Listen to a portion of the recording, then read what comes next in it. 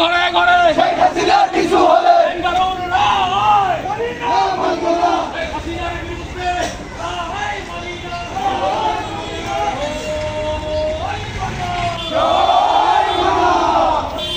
দেশের 1 নম্বর gas stove যা বেশি তাপেও ফাটে না। আরএফএল গ্যাস স্টোভ, নিরাপদ ও ঝামেলাহীন।